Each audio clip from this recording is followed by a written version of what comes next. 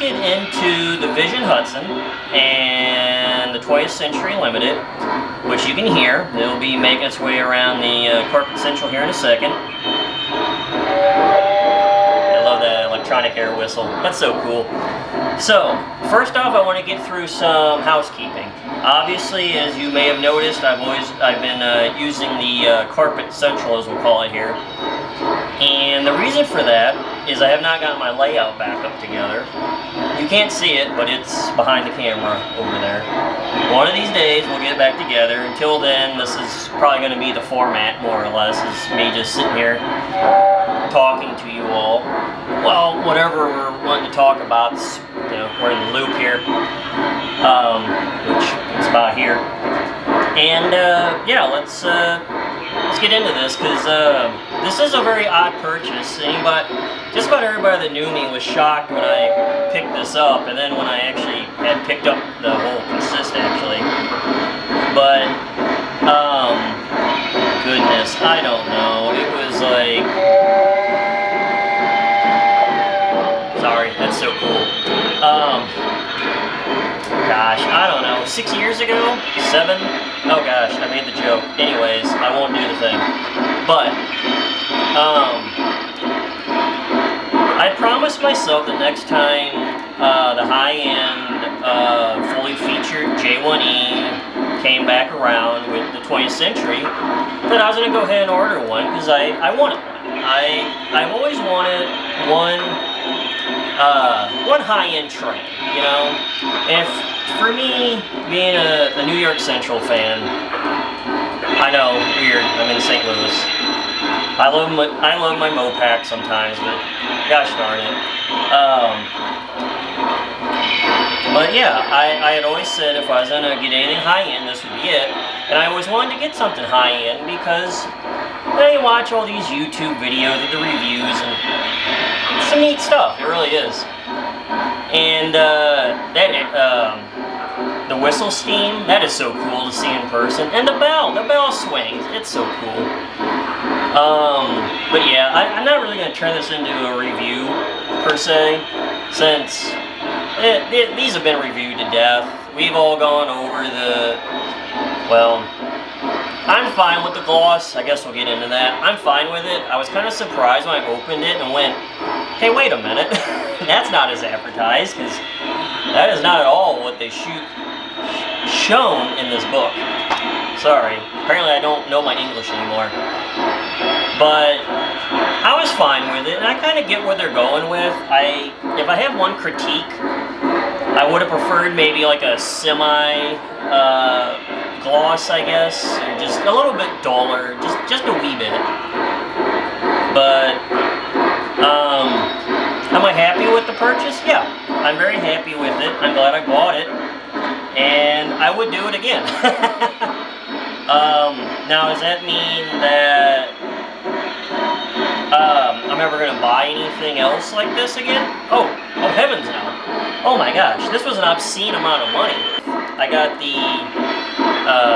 Visionline Hudson.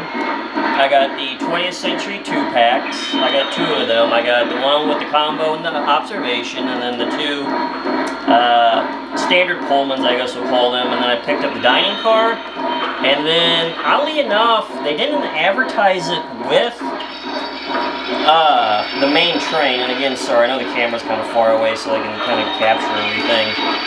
But, you know, they advertised the big superset, and they had the Sleeper Sounds Pullman in there. And what's weird is here, it wasn't shown. The separate sale version of that was way back here, towards the end, in a rather odd spot. And I thought that was kind of weird too. But, yeah, 2 sound cars, 2 2-packs, and a Hudson. I did pick up a bass 3 to go along with this and some other stuff. But yeah, I'm happy with it. I really like it. I think it's really cool. It's definitely nothing like anything I have, considering what's behind me is a lot of, you know, tin plate, pre-war, a little bit of post-war, some other random stuff. Some of my Bob Ross trains over there. We'll get into that because I'm gonna I'll do a video soon on stuff I've kind of picked up here and there, and like new catalog purchases that I've done over the past 2-ish, 3-ish years. But I just wanted to kind of talk about this, explain why I bought it. It's just, I love Hudsons. As a lot of you know, I have quite a few. And I just always really wanted a high-end one. And, you know, it's got a lot of neat features. It's really cool. It's really detailed, the sounds. I like the force coupler. That's a really neat feature. Just the clicky-clack off the passenger car. I mean, I love this. This just makes me really happy. But, yeah, I mean, it's definitely not for everyone. And, like I said, I would do this again, you know, do it all over again, but I'll never spend this kind of money again, ever. It's just crazy, you know, especially with what I can, you know, especially with the other stuff I can pick up here and there. It's just crazy. But I kind of wanted to at least get into why I bought it, do I like it, you know, kind of sum it all up. I always wanted one, so, you know, I like it. But yeah, so to wrap this up, I do want to do a little bit of what's coming up next. I am going to get into things I've picked up from prior catalogs while I've been on hiatus, or the channel's been on hiatus. That was the 80th anniversary Thomas boxcar from, oh, that was this catalog too. Yeah, that's right. I ordered that with the Hudson. And I've also been picking up the Bob Ross stuff. Just adorable.